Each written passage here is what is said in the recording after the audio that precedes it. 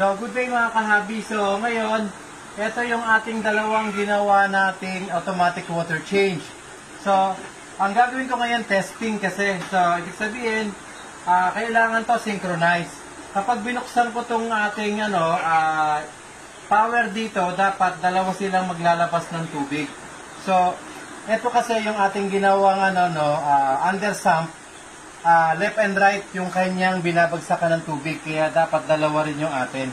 So ngayon, nasa stage tayo ng pagte-testing muna kung gagana itong ating ginawa. So, ito po ay kayang kontrolin sa cellphone. Kaya nga ito, pag tinesting ko to, iilaw to dapat, saka yung kabila, iilaw. Yan. Ayun, so makita nyo po, dalawa silang naglalabas ng tubig. Yan. So, pag pinatay ko to, automatic din siyang mamamatay parehas. Yan po, maraming salamat po.